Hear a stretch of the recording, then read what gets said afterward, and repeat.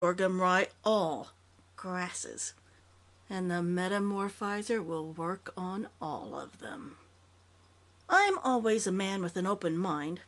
She might, it was just possible, she might have something after all. But could I work with her? Go out in the sticks and talk to farmers? Learn to sit on fence rails and whittle, asking after crops as if they were of interest to me? No, no, it was fantastic, out of the question. A different, more practical setup now. At least there would have been no lack of prospects if you wanted to go miles from civilization to find them. No answers like, "We never read magazines, thank you." Of course, it was hardly believable a woman without interest in keeping herself presentable could invent any such fabulous product, but there was a bare chance of making a few sales just on the idea. The idea. It suddenly struck me she had the whole thing backwards. Grasses, she said, and went on about wheat and corn and going out to the rubes. Southern California was dotted with lawns, wasn't it?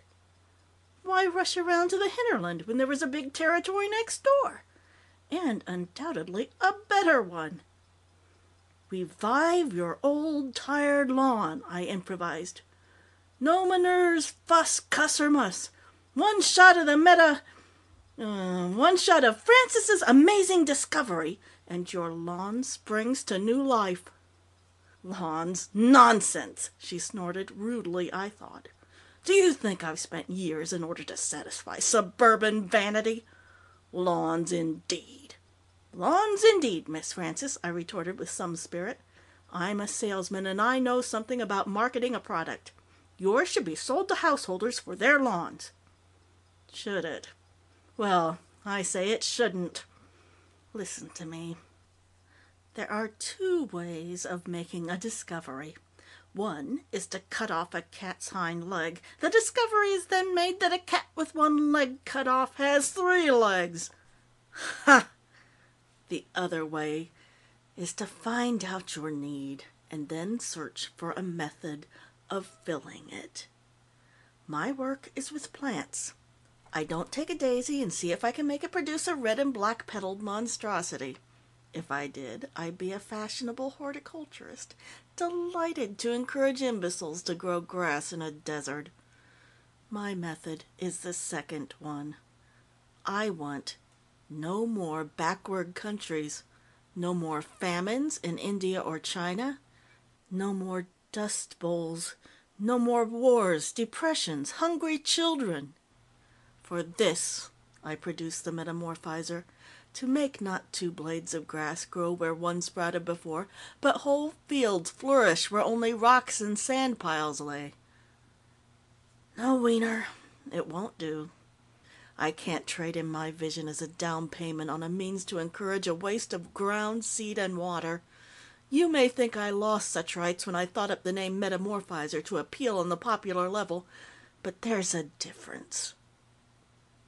That was a clincher. Anyone who believed metamorphizer had sales appeal just wasn't all there. But why should I disillusion her and wound her pride? Down underneath her rough exterior, I suppose she could be as sensitive as I. And I hope I am not without chivalry. I said nothing, but of course her interdiction of the only possibility killed any weakening inclination. And yet, after all, I had to have something. All right, Wiener, this pump. She produced miraculously from the jumble an unwieldy engine dragging a long, entangling tail of hose behind it, the end lost among mementos of unfinished meals. This pump is full of the metamorphizer, enough to inoculate 150 acres when added in proper proportion to the irrigating water. I have a table worked out to show you about that. The tank holds 5 gallons. Get $50 a gallon, $1.50 an acre, and keep 10% for yourself. Be sure to return the pump every night. I had to say for her that when she got down to business, she didn't waste any words. Perhaps this contrasting directness so startled me I was roped in before I could refuse.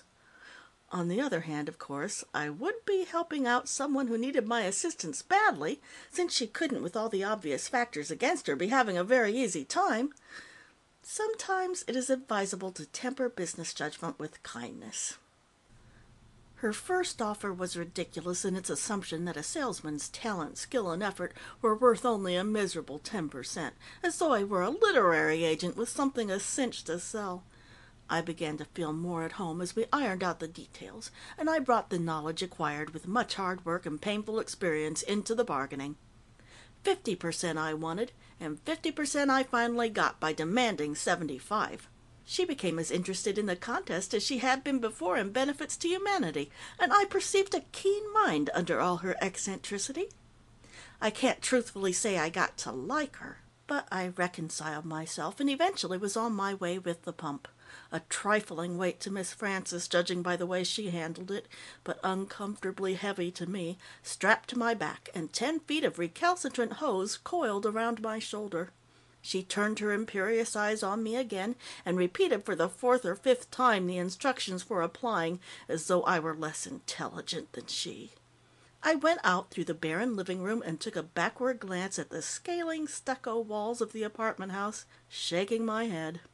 It was a queer place for Albert Weiner, the crackerjack salesman who had once led his team in a national contest to put over a 3-piece aluminum deal, to be working out of. And for a woman. And for such a woman. End of Chapter 1, Part A.